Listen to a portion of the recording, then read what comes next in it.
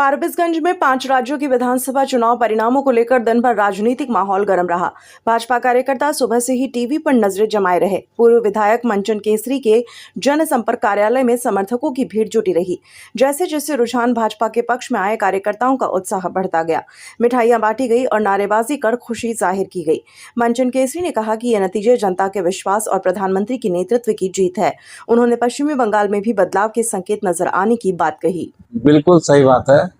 क्योंकि भाजपा के देवतुल्य कार्यकर्ताओं का जो पूरा निष्ठा के साथ में जो काम कर रहे थे, चाहे वो आसाम हो, चाहे पश्चिम बंगाल हो या चाहे पांडिचेरी हो, ऐसे तो तमिलनाडु में भी और केरल में भी कुछ न कुछ भाजपा ने अपना जो है स्थान बनाया है। लेकिन ख़ास तौर पर बंगाल में जो गंगा सागर से गंगोत्री तक का जो क्षेत्र है, इसमें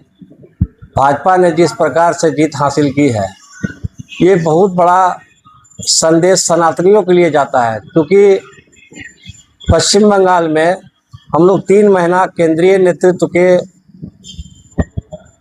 जो हमें कार्य निर्वहन के लिए चुनावी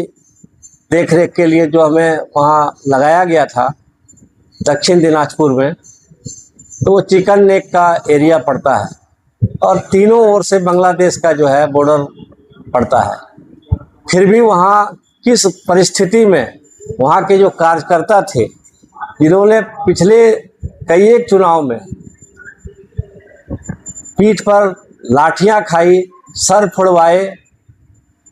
कितने बार जो है 3-3 साल जेल गए, वहाँ की माँ बहनों का आबरू लूटा गया टीएमसी के गुंडों के द्वारा। इसके बावजूद भी वहाँ के जो भारतीय जनता पार्टी के कार्यकर्ता, देव दुर्लभ कार्यकर्ता लोग, जिसको मैं हृदय से वंदन करना चाहता हूँ कि ऐसे देव दुर्लभ कार्यकर्ता जो इतने जेहद की ज़िंदगी जीते हुए भी, गरीबी की ज़िंदगी जीते हुए भी अपने सनातन के लिए, देश के लिए और देश के गौरव को बढ़ाने के लिए किसी प्रकार का वहाँ घुसपैठियों का जो है आश्रय नहीं हो, उस मानसिकता के साथ जो काम उन लोगों ने जो है जान की बाजी लगा करके काम जो किया, तो ये मतलब बहुत सोचने का विषय है कि पूरे पश्चिम बंगाल में इस तरह के बहुत सारे ऐसे विधानसभा थे जहां इस तरीका का जो है परेशानी को कार्यकर्ताओं को झेलना पड़ा था। और आज मुझे हृदय से बहुत अंदर से हर्ष हो रहा है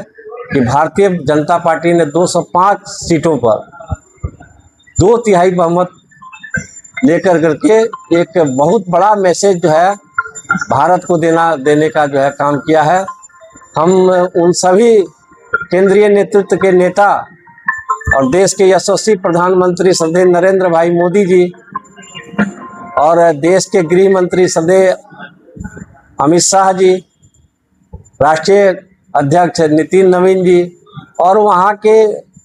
जो बंगाल के प्रभारी रहे हुए हैं मंगल पांडे जी, जिनके नेतृत्व में लगातार हम लोगों ने भी जो है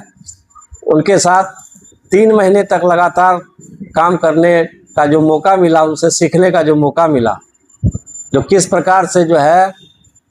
जो गढ़ था टीएमसी को, उसको किस प्रकार से जो है ढाहा जाए और किस प्रकार से उस पर फतह किया जाए,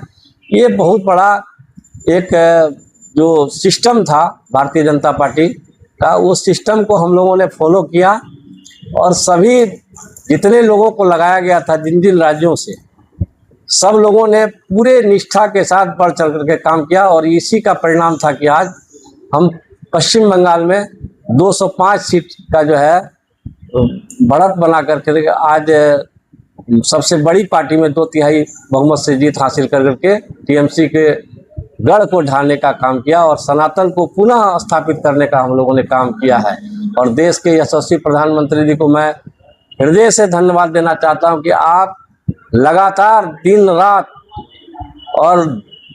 गृह मंत्री जी दिन रात, हमारे भी विधानसभा में गृह मंत्री जी आए हुए थे, लगातार जिस प्रकार से उनका मेहनत था, वो मेहनत रंग लाया। क्योंकि कोई भी काम असंभव नहीं होता है। अगर कोई दृढ़ निश्चय संकल्पित हो जाए तो वो काम समय लगता है, लेकिन परिणाम उसके जरूर देखने को मिलते हैं। और आज वह परिणाम